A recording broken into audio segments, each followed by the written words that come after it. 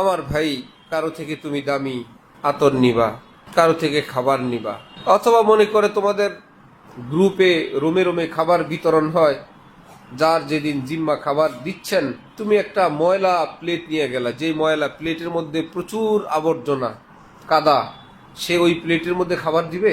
বলবে ভাই কি নিয়ে আসছেন, ফ্রেশ প্লেট নিয়ে আসছেন, সাফ প্লেট আনেন। সে বলবে ময়লা প্লেটে তো খাবার দেই না।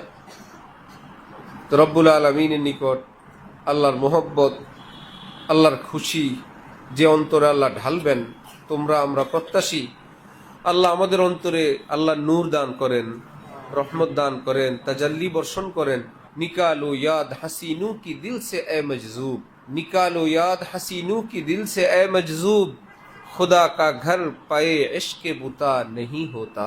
হে বন্ধু, এই পৃথিবীর হারাম প্রেম, হারাম কর্ম, হারাম চিন্তা, মিথ্যা ইত্যাদি অন্তর থেকে বের করো।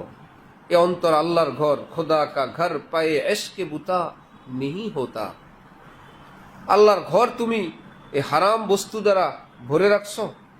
তুমি যদি একটা ঘর তৈরি করো, সেই ঘরে প্রবেশকালে গিয়ে দেখো মহল্লার বখাটে ছেলেরা সেখানে না নেশা সেবন করে, তুমি খুশি হবা যে কি ব্যাপার, আমার ঘরে এরকম কিছু?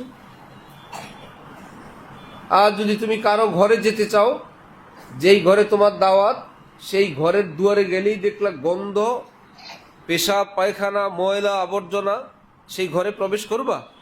আরে ভাই, তুমি আমাকে দাওয়াত দিলা, এই খাট সোফা এত ময়লা কেন?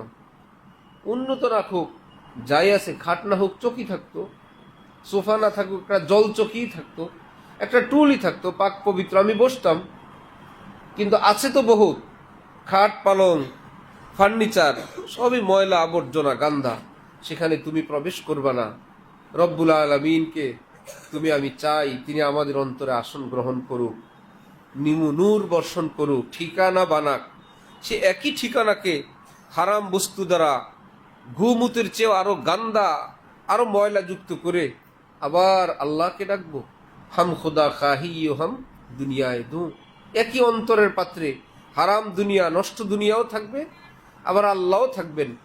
ই খেয়াল আস্ত মহাল আস্ত জুনু, অসম্ভব, অবাস্তব, অবান্তর ধারণা, এটা পাগলামি, এটা উন্মাদনা।